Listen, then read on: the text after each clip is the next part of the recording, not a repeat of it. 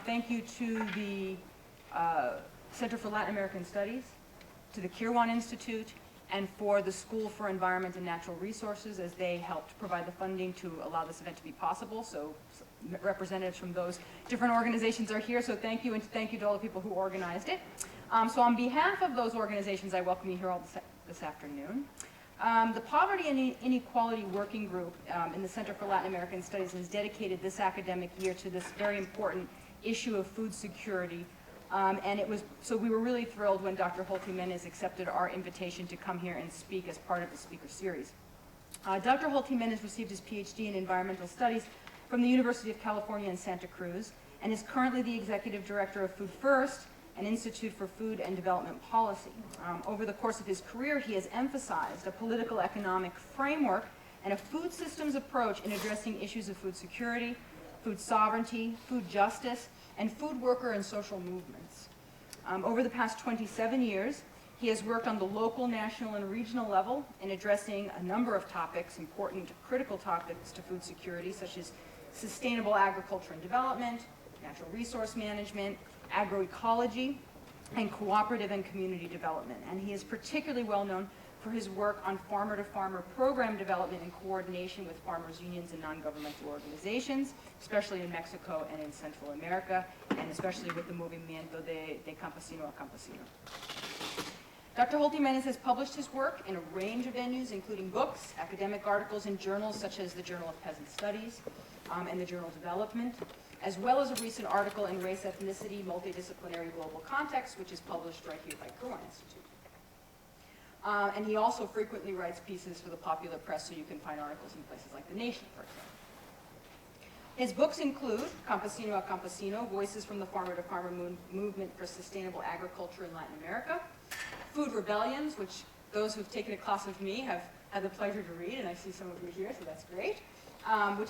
So it's Food Rebellions, Crisis, and the Hunger for Justice, which he wrote with Raj Patel and Annie Shattuck. And his newest edited volume, Food Movements Unite, Strategies to Transform Our Food Systems, which is the focus of his talk today. So please join me in welcoming Dr. Eric Holt-Gimenez to the Ohio State University. Thank you.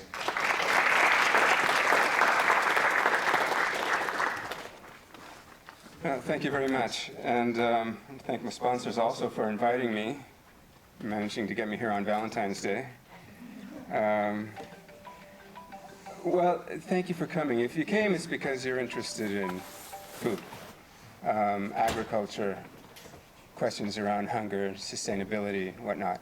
And I want to talk about all of those today, and talk about some of the challenges that we have with our global food system, and how the global food system impacts local food systems and then determines food security for so many people in the world.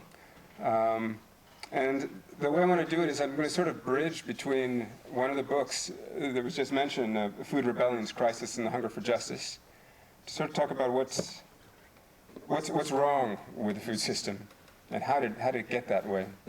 And then I want to talk about what people are doing about it, and what the challenges are for introducing changes into the food system. It's not so easy, as I'm sure some of you have tried. And why is that, and what can we do about it? And then we'll open it up for dialogue. So a lot of us, most of the public in the U.S. really became aware of the problems with our food system with the last two food crises, the food crisis in 2008, and then again in 2011. We had these what they called food riots around the world. So the mainstream media began to talk about these food riots, and they occurred in places that you would expect, sub-Saharan Africa and Haiti, where people had been reduced to eating mud biscuits in order to stave off hunger pangs. And but they also occurred in places where you wouldn't expect, like Italy or Minneapolis, right in the heart of the region which produces most of the grains feeds the world. I think what's important to realize about these riots is that we have this idea of a riot of people with empty stomachs and clenched fists, sort of, assaulting the warehouses where the USAID Food for Peace is being kept. In fact, if you look at Haiti, probably the most egregious case, people stormed the National Palace. Right? Why did they do that? They were rebelling against an unjust political system, an unjust food system, which had been incapable of solving the very simple equation of here's the food, here are the hungry people, why can't we get them together? And people were starving, and there was the food. There was plenty of food in Haiti, as there's always been pretty much plenty of food around whenever we've had food crises and famine. So we saw again in 2011 food riots again, and these food riots sort of sparked off full-scale revolutions, the Arab Spring. So really these food riots are not riots, they're rebellions. They're rebellions against an unjust food system. And so that means that they have a political content to them. So the first thing to realize is that people are going hungry not because there's a lack of food. This is published in Science Magazine. The sort of the green line is food production per capita. This is just since 1990 through 2008, and you see it goes up significantly, 45-degree angle. We're producing, more and more and more food all the time per capita, right? That means that each of us should be getting about 11% more food every year. Right? So this has nothing to do with the population explosion or whatnot, the fact that people are not getting food. But if you look at the blue diamonds across there, you see that absolute poverty has remained the same. And then the yellow dots, you see that undernourishment has also remained the same. People are going hungry because they're poor, not because there isn't enough food. Now, if you look at the FAO's food price index, going back to 1990, you see it's fairly stable. And then you get these spikes. In 2008, you get the spike, and then it drops again as food prices come down. And then you get another spike in 2011, which is the Arab Spring. Right? Now, if you look at this even farther back, going into the turn of the last century, you see there's basically been a downward trend in food prices. Right? This is the thing. Food prices spike, and then people can't afford the food, and then they rebel. Right? But what you see is that for the last 50 years or so, we've been getting these downward prices with some different spikes because of the 1974 oil crisis and the First World War and whatnot. But nothing like we have today. So in 2008, I've added the little red arrow here.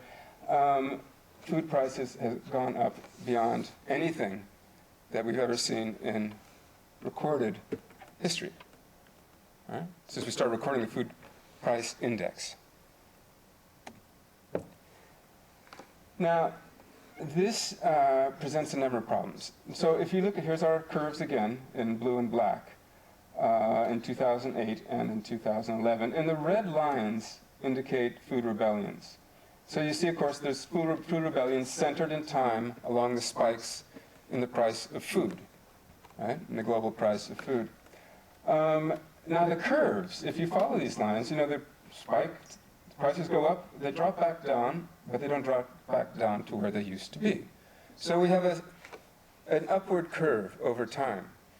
And what this particular article was trying to argue was that there are thresholds. And if you pass that threshold in terms of the price of food, people will rebel. And if these curves are to be followed, then July 2012 this year, or August 2013, whether you work on constant prices or current prices, we would expect another state of food rebellion globally, which would simply mean that those areas which are particularly egregious in terms of the distribution of wealth would expect to have political rebellions. Now, we have to keep in mind that these are political rebellions because, in fact, during both of these price spike hikes, we had more than enough food to go around. In fact, in 2008 and again in 2011, the world produced record harvests. We've never produced as much food as we produce today. However, we had record hunger. We jumped from about 900 million to a billion people going hungry In 2008, they say it dropped. It's hard to tell whether it really has actually dropped. And then it zooms up again in 2011, 2010, 2011. So we have record hunger at the time when we have record harvests. We've also had record profits during this period. So you have bumper profits for those monopolies that basically controlled the world food system. It's not one system, but you basically control the world market in grains. So ADM's profits going up 20%. Monsanto controls most of the world's seeds. Profits went up 45%. Cargill, 86%. That's also because Cargill has Mosaic, which is a fertilizer arm of the industry, and those profits went up something like 1,400% at the height of the food crisis. And General Foods represents the retail side, profits up 61%. The same would be true for Tesco, Carrefour, Walmart, all of the global retail monopolies. So you find people making a lot of money as a result of these food crises.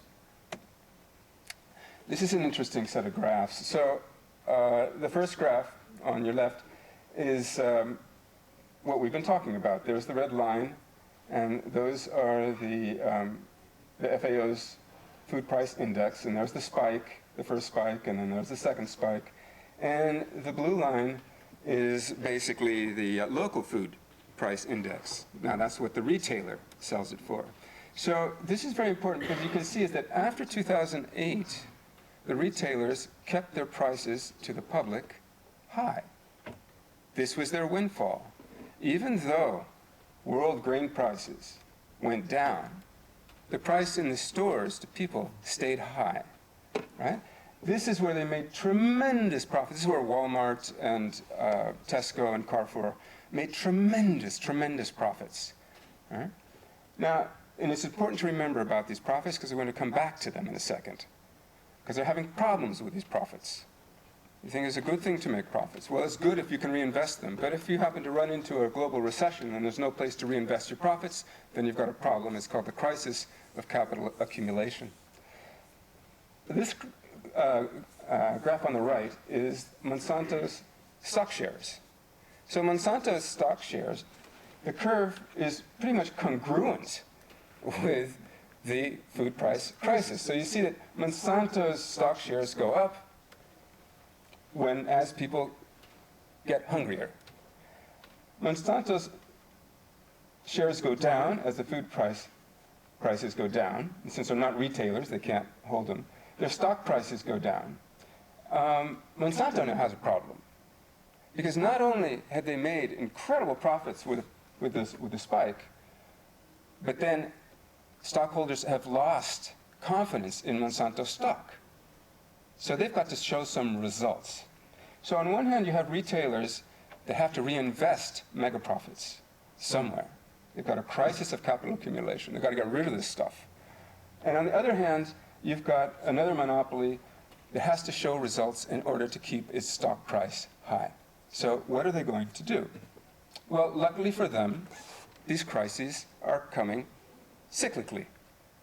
And there's tremendous volatility in the world food price crisis, so they have the possibility of opening new markets. Right? There was a lot of talk in the mainstream media about what was causing the food crisis. And there's sort of the usual suspects, climate change, rising meat consumption in India and China, without saying that, of course, it's Smithfield Tyson opening up the CAFOs in China. But very much blaming it on the Chinese. Even George Bush took a pot shot at the Chinese. Low grain reserves. Grain reserves, you probably know it here better than people in California, are very important. It's not just you need grain for a rainy day when the crops fail. You need grain reserves in order to maintain a stable price, because the price goes down too low, the government can buy up grain to raise the price. If the price of grain goes too high, the government can let grain out onto the market. So you keep a stable price, reduce the volatility within the market. Those mechanisms were dismantled by the U.S. Department of Agriculture, and then the World Bank and the International Monetary Fund around the world, introducing tremendous volatility into world market prices. Of course, fertilizer costs go up and transport costs go up because of higher oil prices, and the weak dollar is a part of it, but also financial speculation, the commodity index funds, speculation with food, basically, because the industry was deregulated. And so you see a tremendous increase in CIS between 2003 and 2010. I have no idea what it's at now, but it hasn't been regulated, and so it's probably off the charts. But no one was talking about the root causes. Those are all conjunctural causes. Those are proximate causes. The root causes are, quite frankly, that we have a very vulnerable global food system, which is highly exposed to both economic and environmental shock. It's exposed to economic shock because it's controlled by a handful of monopolies. It's exposed to environmental shock because something like 90%, over 90% of the world's cropland is dedicated to just 5 different crops, and within those, very few varieties. I'm sure you're aware of the dangers of reducing the agroecological biodiversity in the system, because then you expose yourself to diseases and famine, quite frankly, the Irish potato famine being the classic example. And no one really talked about the industrial food complex, where these huge grain traders, seed and genetic engineering monopolies, and the retail and distributing monopolies that were making all this money as a result of the food crises, and who, some have said, even manufactured the food crises. Well, I think that's a stretch. But the fact that they are perfectly positioned to not solve the food crises, I think is much more to the point, and because it's in their benefit to have tremendous volatility in the market when you are a monopoly. Well, how did this happen?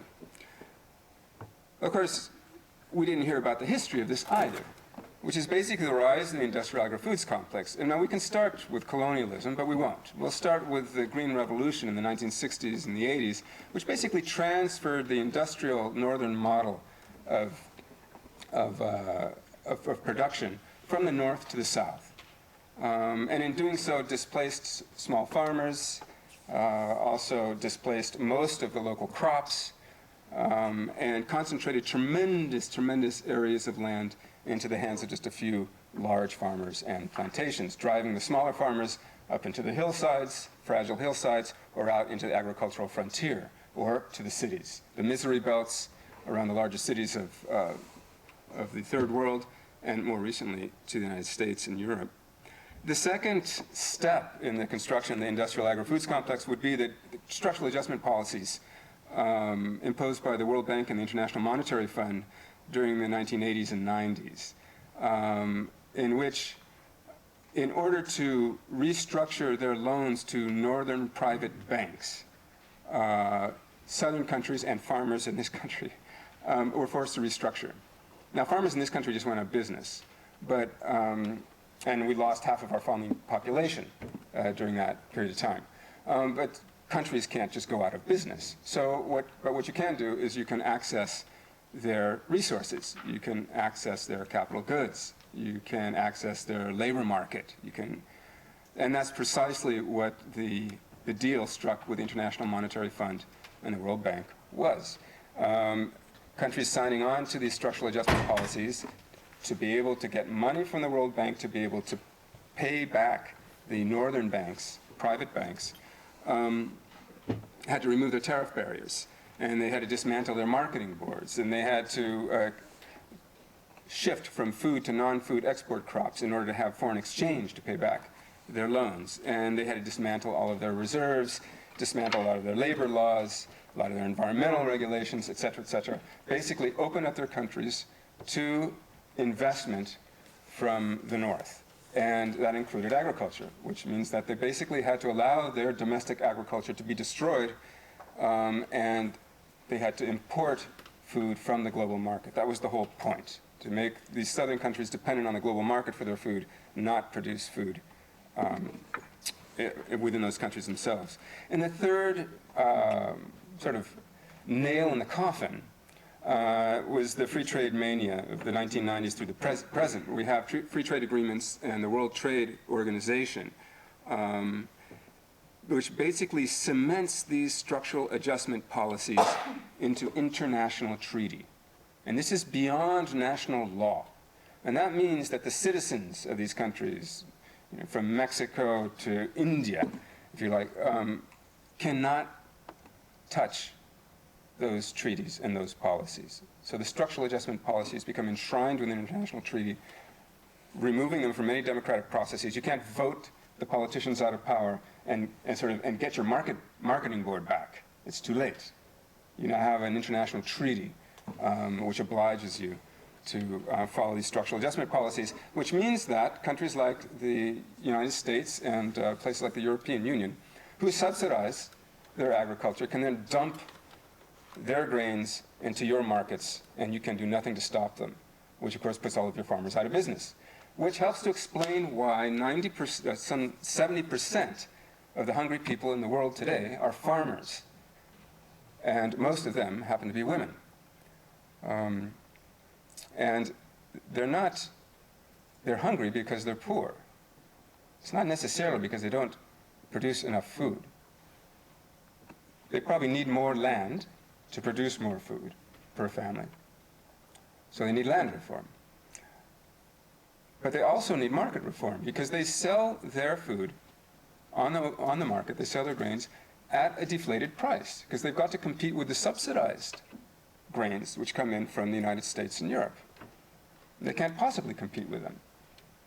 So they sell cheaply at harvest time because they're poor, they need money. And 3, 4, 5 months later, they're buying that same food back at 5 times the price, and that's when they go hungry. So this nonsense that you hear in the popular media about, we've got to increase food production by 1.5 times, by 70% by 2050, is exactly that. It's nonsense. It's not a problem of not enough food. There's plenty of food to go around. There's not enough food for the agri-fuels industry and the livestock industry and people. That's true.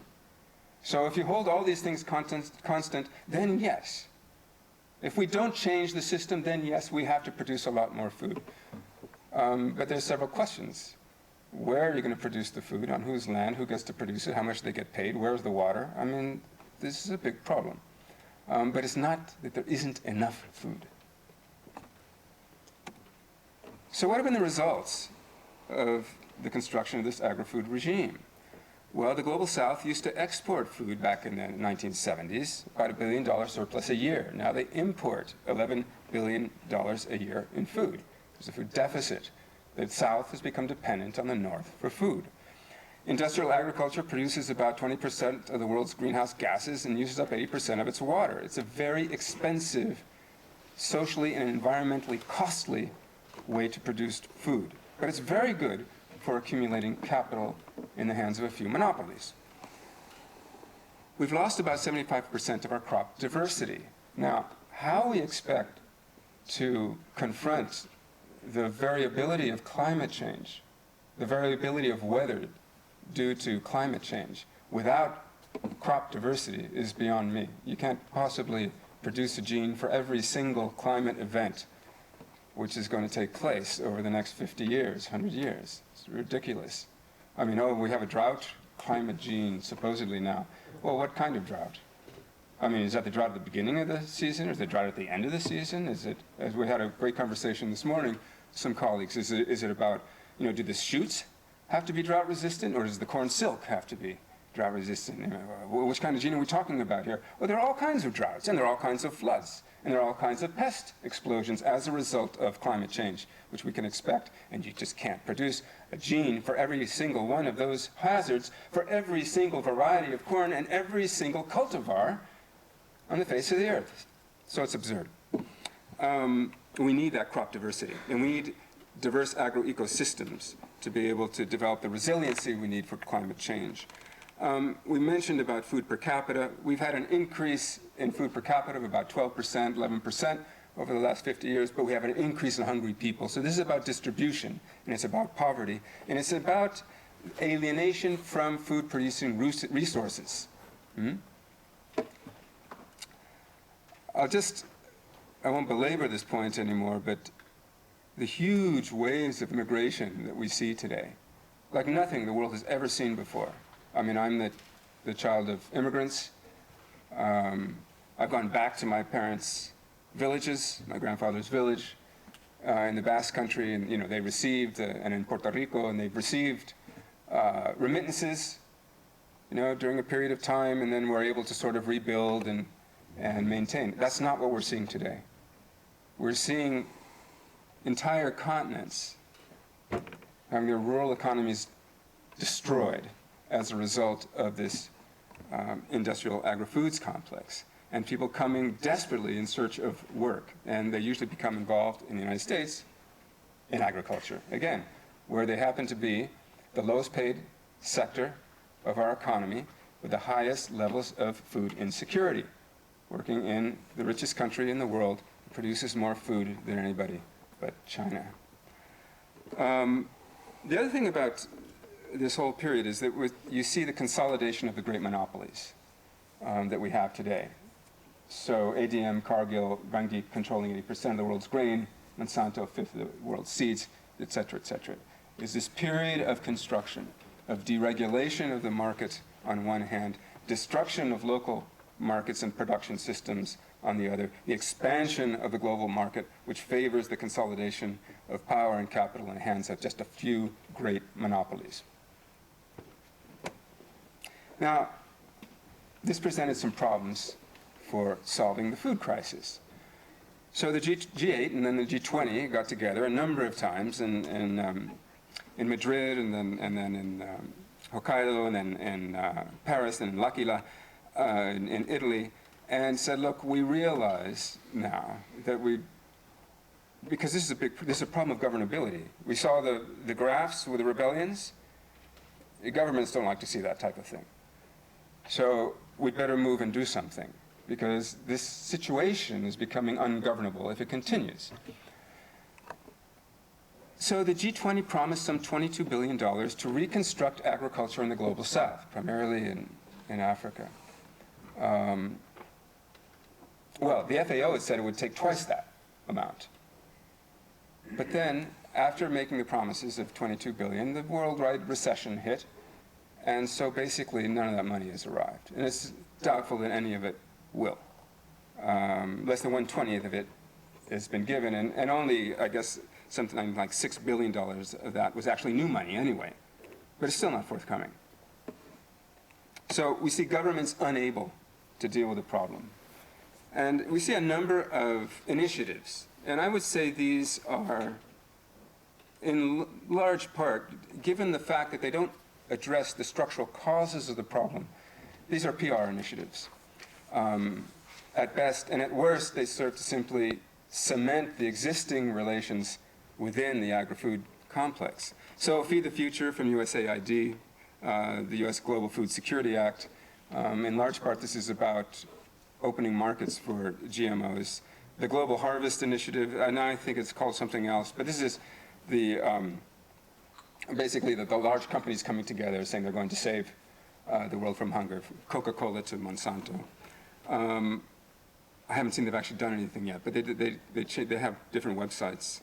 The Alliance for a Green Revolution in Africa, AGRA, that's Bill Gates' pet project, in alliance with Monsanto more than anything, of course, to open up Africa to GMOs by first using the Trojan horse of drought-resistant maize, and then once the regulatory frameworks are in place, then all of the GMOs can move freely into Africa.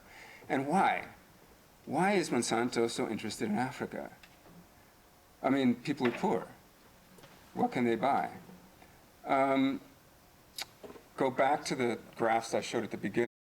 Monsanto needs to expand its markets.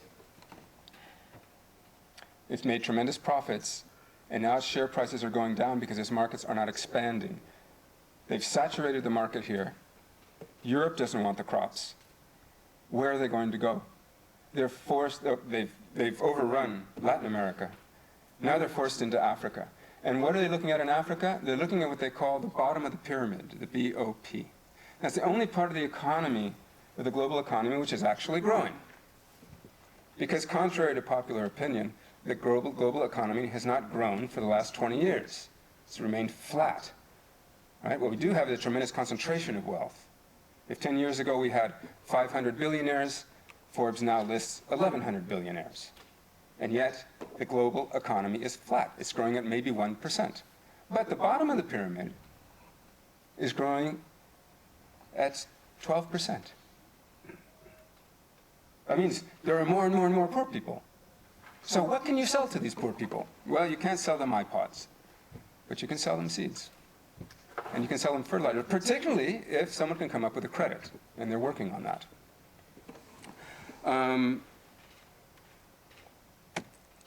There was a report called the ISTAD, the International Assessment of Agricultural Science, Knowledge, and Technology for Development.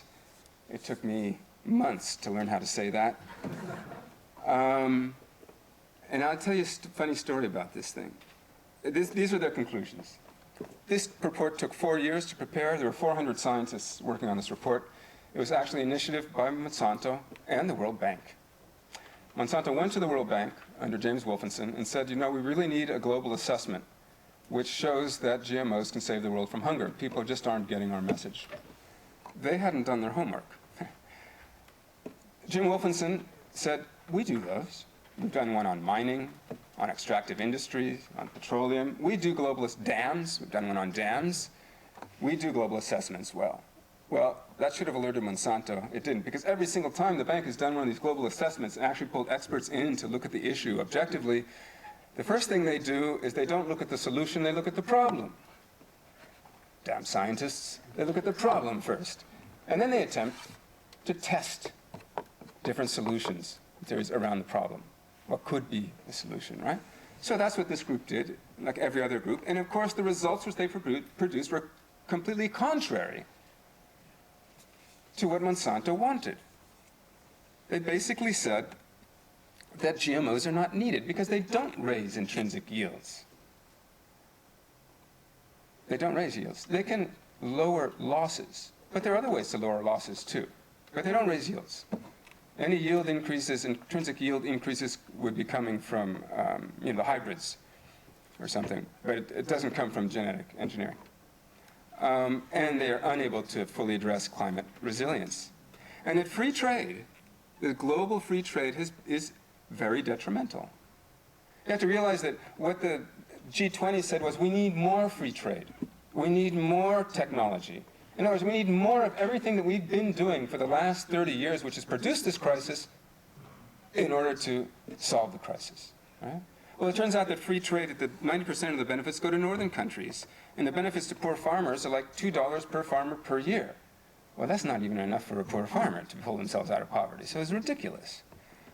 And the ISTAT said that agroecology and rebuilding local food system economies were the way forward. Well, Monsanto walked out. And the US refused to sign. All the other countries have signed, but not the US and not, I guess, Australia and Canada. I'm going to skip over some things here, which basically talk about the fact that there's been a number of studies which indicate that we don't really need industrial agriculture to feed the world. We can do it perfectly well with sustainable agriculture, organic agriculture. And that certainly has corroborated my 20 years experience in Latin America. That in fact, if you really want to raise yields, you use agroecology, not fertilizers. You can get 2 and 3 and 4-fold increases in yield. That's not the case here, but it is the case in many places of the global south. And we can feed a population of at least 10 to 11 billion people if it's just a matter of the amount of food. Organic agriculture in Africa also actually has a long history, which Gates refuses to recognize. He says there's nothing there. You know, this is a blank slate. These farmers are living in the dark ages. Africa is very poor. Its soils are too poor, and so they need the green revolution, right? In fact, if you look on the ground, you see some very extensive studies which shows that that's not the case. And that, in fact, these other forms of agriculture provide many more benefits for the farmers themselves, which is important because farmers are the hungriest people. So what you want to do is improve the livelihoods of farmers. Now, why is it that against actual science on the ground, against 50 years of experience, we keep seeing the same solutions to the problem of hunger? Global markets, green revolutions, and it keeps coming back again and again. And it doesn't matter that you have a global assessment which says, no, that's not the case. It doesn't matter that you have all different other studies that say no. And it doesn't matter that if you look on the ground, you see farmers actually developing agriculture quite sustainably. It tells you, no, there's a better way of doing things. But this all seems to get ignored. And I think that at the risk of restating the obvious, what we really have to realize is that we have a corporate food regime. And this is a capitalist food regime. Right? Think of a food regime as, well, they call it, Harriet Friedman calls it a ruled governed structure of production and consumption of food on a world scale. The first one would be under colonialism, in which the global south provided the cheap food and raw materials for the industrialization of the global north. Right? There were rules, colonial rules, which held this into place. Colonial institutions, the British East India Company, the Hudson Bay Company. I mean, these were the institutions, right? The institutions today would be the WTO, the USDA, the Farm Bill. The Farm Bill is a set of rules for the world. It sets the price of grain for the world. The second global food regime was after World War II, and the direction of food was reversed. So the North begins to overproduce food and needs markets for it. And so we have food aid, and then eventually break down the markets in the global South and replace their production systems with the global production system. Right? And now we have what's called the corporate food regime, because it's much more complicated today. You have flows going all over the place. You have emerging economies like Brazil colonizing Africa and colonizing Central America with biofuels. You have Cargill, which is the largest processor of soy in Brazil. It's much more complicated, but it is controlled today by the great monopolies, the World Bank, the IMF, the World Food Program, USAID, and increasingly big philanthropy. If before Gates and Rockefeller, with their petroleum wealth, advanced the green revolution, which consumed petroleum products, today we have the Gates Foundation, who made his fortune on intellectual property rights, basically, advancing intellectual property rights, GMOs. So now we have a new philanthropy, a mega philanthropy, as the likes the world has never seen before, basically setting the agricultural agendas, not only in the US, but around the world.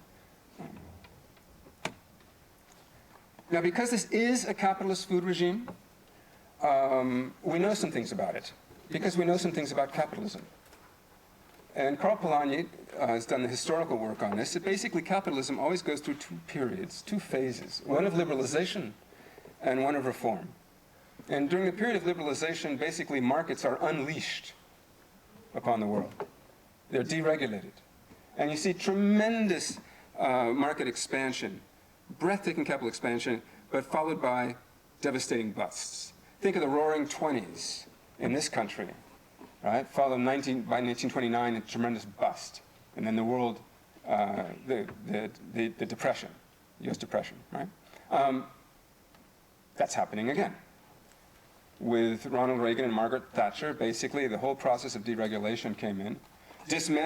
I should step back. So after the bust, Roosevelt comes in and institutes the New Deal, right? And basically limits production, right? Limits overproduction, controls supply, introduces marketing boards and supports grain reserves, and basically the whole concept is about parity.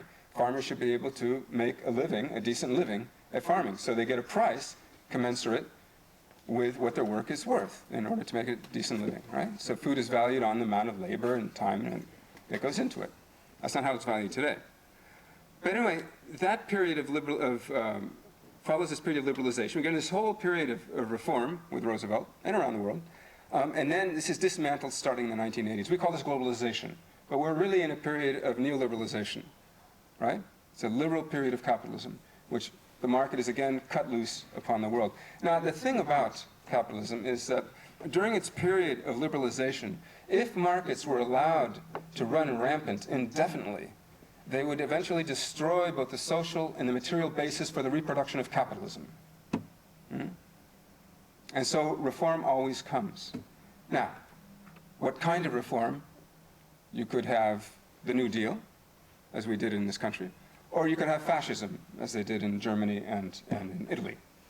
The other thing to realize is that reform just doesn't come about because we have some enlightened reformists. Roosevelt was a talented and compassionate man, but he never would have been able to introduce these reforms had there not been a very profound counter-movement, right, pushing back against liberalization. And it was widespread, and it was so widespread that it in fact threatened the governability of this country. And not only that, at the time, there was another big threat, which was communism. And so even the industrialists in the country supported Roosevelt for many of these reforms because it was either that or fall. And it wasn't just that the US was going to fall, it was that capitalism was going to fall. At the time, people thought that was a very real possibility, and it probably was. So they introduced these reforms, but it's the result of a threat and a strong counter-movement. So what do we have today? Well, the food system, a lot of people like to say it's broken. I would submit it's not broken at all. It's working exactly as a capitalist food system during a liberal period in times of late capitalism is supposed to work. It's supposed to concentrate power in the hands of a few monopolies. That's what capitalism does when it's not regulated. We have the corporate food regime, right? And it has these two tendencies. One is neoliberal and the other is reformist. These two tendencies always exist at the same time. But one is always hegemonic, more powerful than the other. And right now, the neoliberals are the most powerful. It's the privatization of everything, including our universities. And the reformists are weak. Now, some of us who saw the election of Barack Obama as a signal that perhaps a reformist period was about to be introduced into world capitalism. Many people thought this around the world. I think almost everybody has been disabused of that notion. As reformist as someone like Barack Obama would like to be, he can't possibly introduce reforms without a strong counter-movement, right? Now, we have a counter-movement, and certainly the food movements around the world can be seen as counter-movements, and most counter-movements start with food and around food and labor. But it's not strong enough to create the political will necessary to introduce reforms. And then when asked what types of reforms?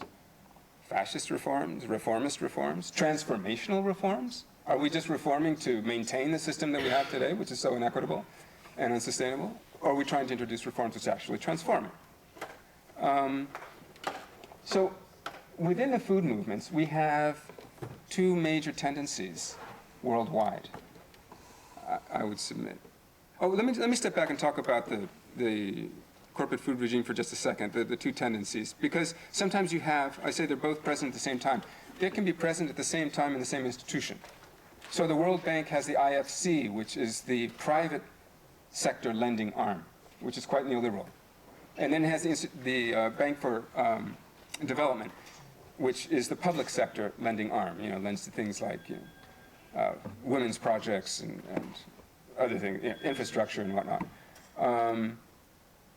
Look at our USDA. Tom Vilsack is certainly neoliberal in his approach, but Kathleen Merrigan is quite reformist. But she's not as powerful as Vilsack is. So you can expect these splits within institutions within the corporate food regime. They have their discourse, the main institutions, they've got a model of overproduction and whatnot, and a certain approach to the food crisis, which I've already mentioned. Food movements also are divided between progressive and radical trends. Now, like the progressives, you see much more in the United States. These are the doers. these are the practical people. They're the ones who practice the organic farms, the CSAs, the food policy councils, all the local work, the real nitty-gritty of trying to help people in a very immediate sense protect themselves from the food regime and ensure their own food security. And very much with a discourse of food justice and an orientation around empowerment, community empowerment. And the approach to the food crisis being, arguing for the right to food and better safety nets and sustainably, locally produced food, this type of thing, right? But then you have the more radical wing of the food movement, which predominates in the global south and has a long agrarian history of struggle, like Via Campesina, for example, that calls for food sovereignty. So if the neoliberals are calling for food enterprise, and the reformists are calling for food security, and the progressives are calling for food justice, and you find radicals calling for food sovereignty. Now, what does that mean? That means control over the food system. And it really means the democratization of the food system in favor of the poor. It's about making the decisions about what to plant, how to grow it, how to distribute it, and whatnot. It's not just about producing more or having it be organic or any of the other things which are not structural. So the food sovereignty movement and the radicals call for taking agriculture out of the WTO. That's a very structural move, right? Hitting at the heart of the structure of the corporate food regime. Massive land reform also hits at the heart of the corporate food regime, which has concentrated so much land in the hands of large landholders. They're very much about entitlement rather than empowerment, right? Community entitlement, nation entitlement in terms of First Nations and whatnot. And looking at food sovereignty as a human right. Now, I'm going to leave you with a thought, with an hypothesis, based sort of on historical observation. My hypothesis is that we're not going to get any change to the corporate food regime unless there's a strong counter-movement. History tells us this much. There also has to be a strong threat. I hypothesize that the strong threat is climate change. I mean, it's not world terrorism or certainly not a communist threat, or it's climate change is the biggest threat. But without a strong counter-movement, substantive changes will not be introduced into the corporate food regime. Now, what we see is that the reformists, who are quite weak, reach out to the progressives in the food movement continually to build their position within the corporate food regime, to introduce reforms. They don't reach out to the radicals because that's just a little bit too much. So I think that the progressives are really pivotal in the construction of a strong counter-movement. Because if the progressives ally themselves with the reformists, I think that the corporate food regime is strengthened. Because basically the reformists and the neoliberals are two sides of the same corporate food regime, two sides of the same coin. I don't believe that the alliances, strategic alliances, I don't care about tactical alliances, but strategic alliances between reformists and progressives will actually result in any reforms. Because reforms are not introduced by reformists. Reforms are introduced by strong counter-movements, which force reforms onto the regime and allow reformists to carry out reforms. I don't believe that a divided food movement will be able to have that type of power. I think that if the progressive trends make strategic alliances with the more radical trends that are looking at the structures of the corporate food regime, then I think the food movement will be strengthened. And then I think there's the possibility of a much stronger counter-movement which could push for reforms, and maybe even transformative reforms. Now, why do we have this divide between progressives and radicals? Because one thing, it's great to say, well, we got to come together. But why are we separated in the first place? And I think if you look within the food movement, and that's what our book, Food Movements Unite, is about. So you look within the food movements, you see that these divides reflect the divides of the capitalist food system. So we have divides of racism and classism, and divides around gender, divides between urban and rural, divides between north and south. All of these divides have to be bridged in order for progressives and radicals to work together. Or even within the progressive trend, or within the radical trend. All of these divides have to be bridged. The whole issue of labor in the food system, which is so absent for much of the discourse in food justice within the progressive trends, has to be addressed. Immigration has to be addressed. Because without addressing immigration, you can't address labor in the food system. So I think it doesn't make sense to try and avoid these divides and try to build a bridge over it. I think one has to address the divide, understand the divide, overcome the divide. And that's hard work. We don't know how to do this completely. Now, there's been a lot of good work done. Anti-racism, anti-sexism, anti-classism, etc. Lots of north-south alliances and partnerships being made. Those all have to be put into play. But in fact, what we need is what Samir Amin calls convergence in diversity. We need to find a way to converge in all of our diversity. We don't know how to do this. Politically converge in all of our diversity. That means we need pluralistic politics. And that means actually we need politics. Because so many of the organizations within the food movement have been depoliticized. And for good reason.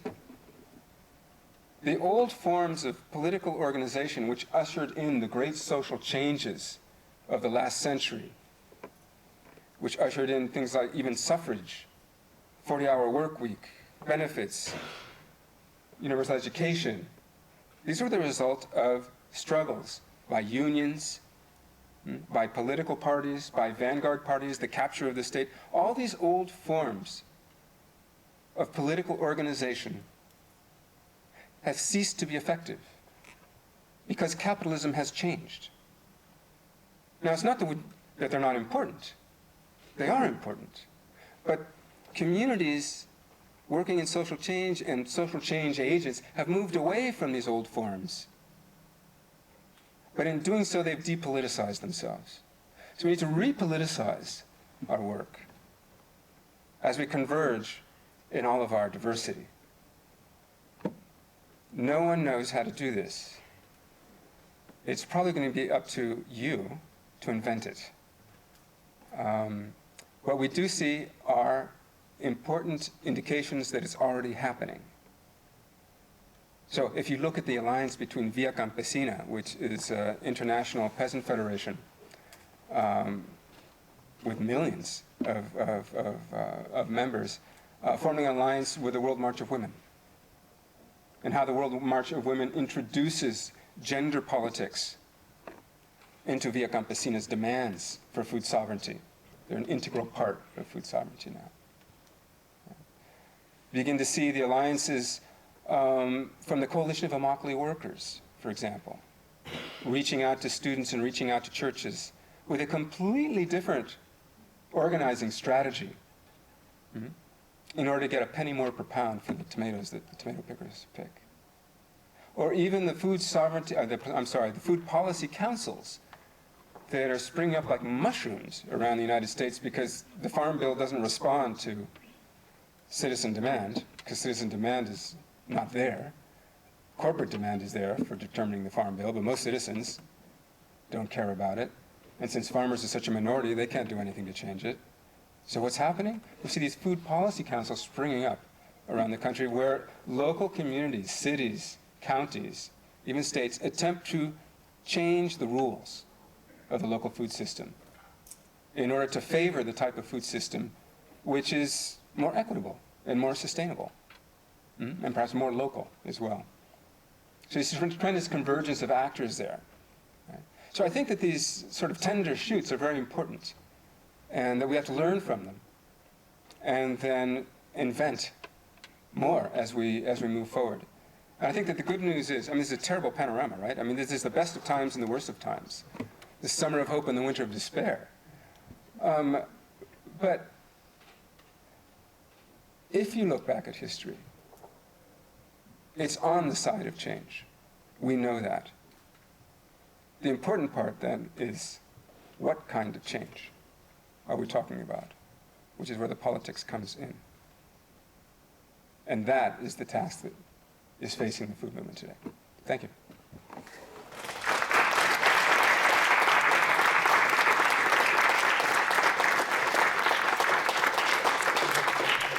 Thank you all for coming, and Dr. Holt-Gimenez of course, will take questions, so if anyone has any questions, I have a question. Would you like a glass of water?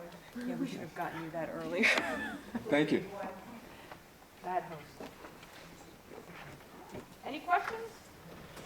Miss? I think this chart is awesome. Is it available anywhere?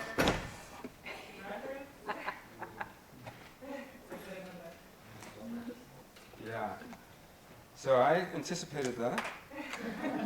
And if you go, I have some hard copies here, but if you go to Food First online, foodfirst.org, www.foodfirst.org, it's in here. It's in this backgrounder. Just search through the backgrounders, and there's the chart. It also appears in the Journal of Peasant Studies. It appears in a recent publication in Race Ethnicity. It's somewhat modified there to address the food justice movement, whereas the one in the Journal of Peasant Studies is much more international scope.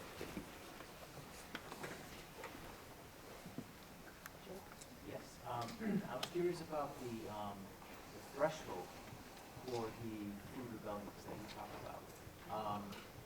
Is that threshold something that is absolute in your opinion, or is it something that is relative? Does that threshold rise, essentially? And so do you have any further thoughts on exactly what constitutes that threshold? Is it possibly a universal threshold, or is it dependent on countries and cultures? The threshold is conditional, because if you have no safety nets for people, and then you raise food prices, then they will rebel. If you have safety nets and you raise food prices, they may not. I think it's that simple. And the problem has been, with neoliberalization, there are no more safety nets. The reformers want to introduce the safety nets to avoid these rebellions and avoid the specter of ungovernability. Right? But you still have such a strong neoliberal current that capital thinks it can just get away with it. It doesn't have to. And I mean, look what happened in Wall Street. Should have regulated Wall Street. And for a while, it looked like we just might. But they hunkered down and they just waited and they didn't get regulated. And so, no. So until we introduce different forms of regulation and different social safety nets, then I think those thresholds might even be lowered. The only cup was a Coca-Cola cup. I'm being filmed, too. We can blackmail you. Yeah. Other comments? Ma'am? A comment and maybe something of a question. Here in Ohio this weekend is the meeting of the Ohio Environmental Food and Farm Association. It's a very interesting coalition just because it's sort of part of their agenda is very much the practical side, but the performance side, permaculture and better composting and so forth. But they also have things on their agenda about GMOs, or speaking on GMOs, and leading a preemptive suit against Monsanto. Yeah. So I think that whole tendency is alive and well. But I do sense that there's this reluctance to sort of ally yourself with the more radical wing. And, you see here on campus as well, particularly when you're confronted with reformists versus radicals. The kind of narrative that's sort of produced is that these radicals are primarily the Western intellectuals who have over-emphasized, agriculture in the third world, and they want everybody to go back to using, clothes and that sort of thing. No sort of acknowledgement that there's a technological revolution in play, but that all gets sort of washed out. So to me, it seems there has to be some education around that the type of sustainable agriculture that's being talked about needs to be portrayed as something other than, going back to some Right. over right? Yeah, prehistory. Right, not they're making a caricature of what's actually sustainable agriculture actually looks like on the ground. And that's not an accident. So you're right. I mean, education is incredibly important, and the studies which show what sustainable agriculture actually does do are very important. And I think that the work of the group which you mentioned is extremely important. I talked to a lot of organizations, and many people, two things happen sometimes when they look at this. One, they try and situate themselves on the graph, right, or on the matrix, and then say, no, everybody wants to be more radical. Yeah, you think we're progressive, we're really radical, and that's interesting to me. And I think, well, okay, fine. Maybe you are. I don't know. Are you actually organizing to introduce structural change? No, but we talk about it. Well, good. Yeah, that's a step in the right direction. You talk the radical talk. Now, what do we have to do to walk the radical walk? And you have to remember that there's a long tradition of agrarian radicalism in this country, right? In terms of marketing, the marketing boards, the grain reserves. I mean, this isn't a foreign concept by any means. And the other thing I wanted to say was, and the other thing to realize is, like, there's no shame in being a reformist, or there's some shame in being a neoliberal, I'm sorry. But there's no shame in being a reformist, or in being a progressive, or in being a radical. I mean, you are where you are. If I had to situate my organization, for example, I'd probably say, well, we're progressive. My own personal politics might be different than that, but we're pretty progressive. And keep doing what you're doing. You're doing all the right things. Put in those gardens. Start those CSAs. Join the Real Food Challenge. Get real food into your university. Work for a local agriculture. You're doing all the right things. But we also have to organize politically. That's it. We have to converge politically. I mean, the links between urban and rural and local food and whatnot, this is all being invented. And some of it's really exciting stuff. If you look at Ken Meter at Crossroads Center, he's been able to calculate that if you reinvest the food dollar in the community, it can recycle up to 5 times. Well, that's fantastic, because where we see the highest levels of food insecurity is where you see the highest levels of poverty. So if you can keep that food dollar there, you can keep some of the wealth in the community. And it's significant wealth. Now, maybe that won't change the Farm Bill, but that's very important to do. But then you do have to organize politically to do something about this Farm Bill. So, unfortunately, what I'm asking you, if you're involved in this movement, is to do more. I know you're already doing a lot. Yes? I'm curious if you can speak to examples of how communities are addressing some of the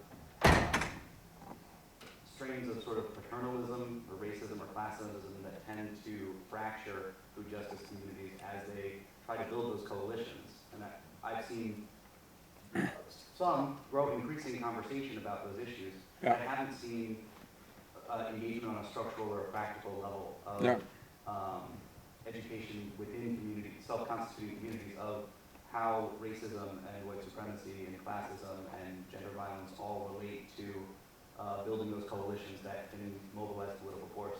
So I don't know if you have examples or want to expand on that, but I'd be curious to hear. Right, yeah. That's exactly the challenge. And I think that as long as the conversation remains around food security, then we've got a real problem. So the first thing is to take the conversation from food security to food justice. And then you have to address inequity. And then, well, why do we have this inequity? Which immediately you have to just address racism, classism, and sexism. And then what do you do? And so what I have seen is that in those instances where there is a commitment on everybody's part to build the leadership of the underserved community, however that is defined, and dedicate themselves to building that leadership, then there are all kinds, as a strategy, then there are all kinds of tools to unlearn racism unlearn classism, unlearn sexism. But you could use all those tools. But if you didn't have a strategy which actually contradicted white privilege, white male privilege, then they wouldn't get very far. And that's usually where you begin to have big problems. So I think the first thing is recognizing the problem. The second is a strategy of building leadership and supporting that leadership. There's a tremendous amount of talent and leadership in underserved communities. That needs to be supported. So those are what I see that works, starts there. Everything I've said to you basically is in this book, Food Movements Unite. So Brahm Amadi from People's Grocery in Oakland makes that point, for example. The other point is made by, I'll give it away, the very last chapter, Rosalinda Guillen, who's a farm worker, been in the struggle all her life. And she basically says that what we have to do is not take power.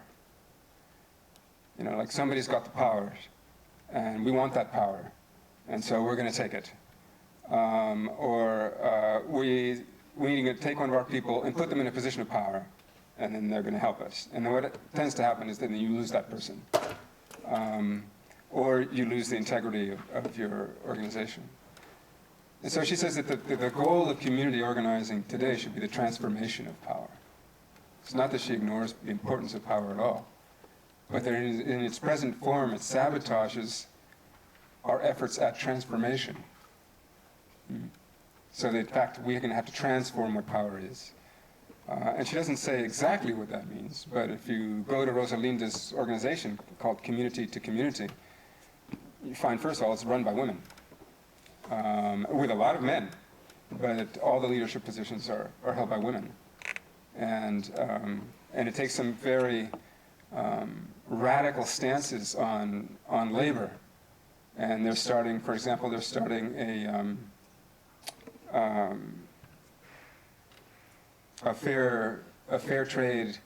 a domestic fair trade label, which basically means that food workers need to be paid fairly.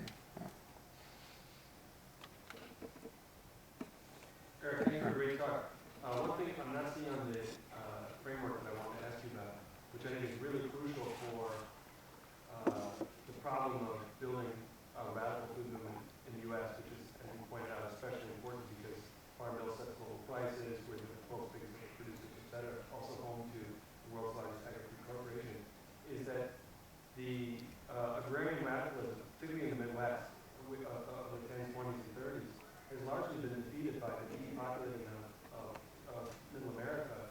And what remains are largely communities that don't fit too squarely in your four graphs. They're true, they have elements of progressivism, but let's be honest, most of those rural counties vote Republican and are quite often very ideologically, not just materially aligned with the big food corporations and the large agribusiness. And this is a devastating block to creating a cross-class alliance in the United States that could form the basis for a radical social movement. So could you talk a little about geography and class and farmers in the United States today, where we're at? Yeah. What's the place of food first, for instance, in talking to not people growing backyard gardens, but people who are, have 1,000-acre corn farms? Right. I have a feeling you could probably address this question better than I could, but I'll take a stab at it, Joel. Well, I mean, you're right. Okay, so we have less than 2% of our population farms. We have more people in prison than on the land. And so that's not a strong political force.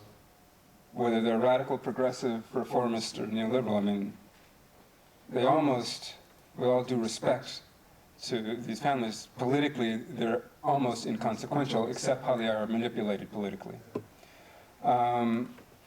And so, yes, geographically, they're more important as consumers and as citizens than they are as producers. And there's a tremendous ideological divide. I mean, I agree with you. I mean, I'd put most of them over in the neoliberal camp, quite frankly. And they can't be discounted because of their tremendous ideological significance.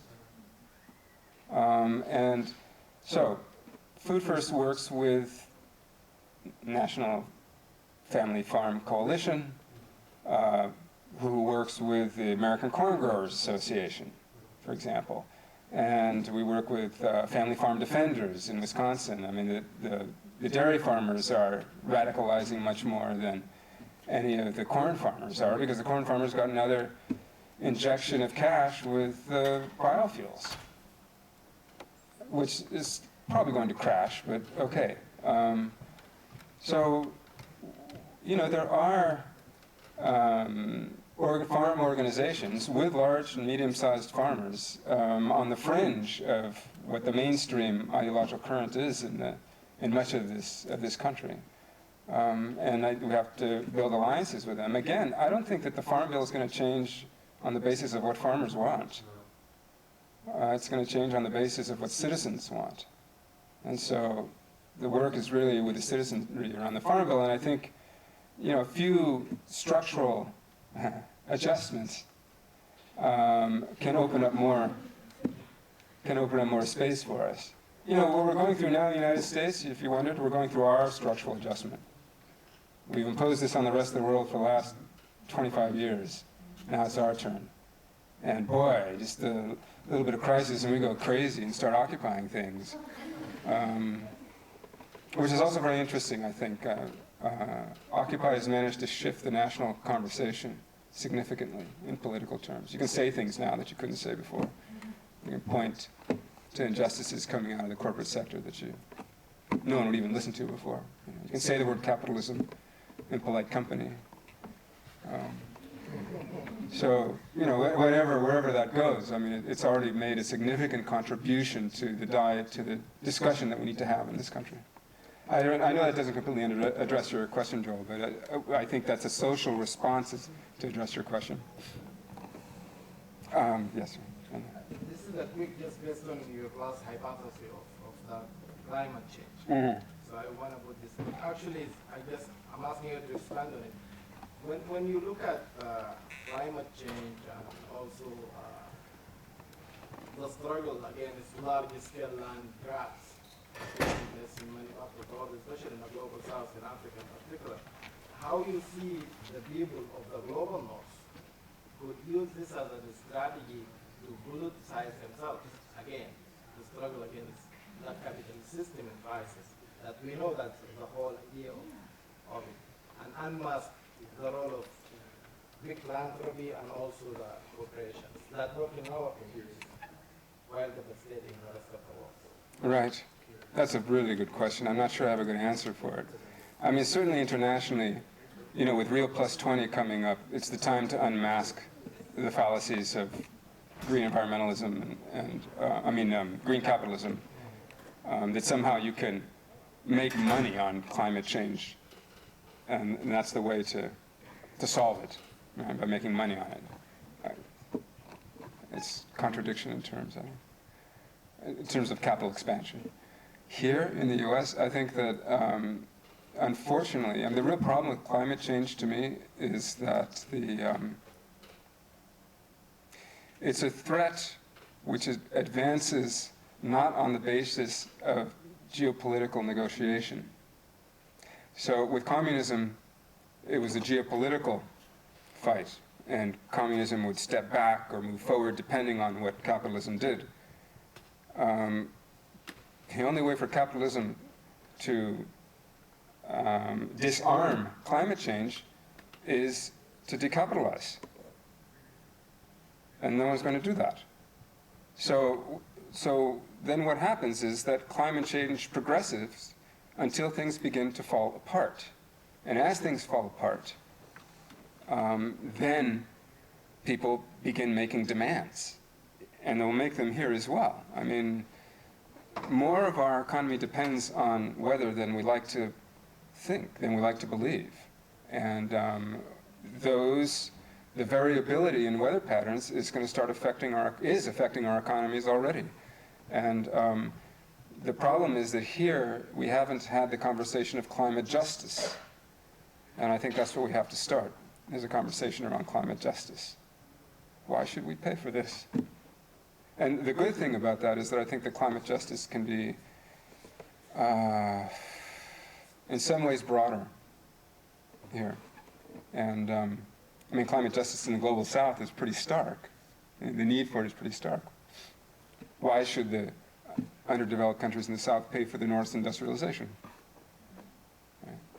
It's not as clear here, but we're all going to pay. And so the question is, why should we pay for the excesses of capital worldwide? Because we're going to pay for it here. So I think that there's an article in, or there's a chapter written by Brian Tokar in the book, which addresses climate justice and basically says that climate justice and food justice has to find a way to converge. And I actually think that because so much of food justice is urban-based, that there's some real possibilities there.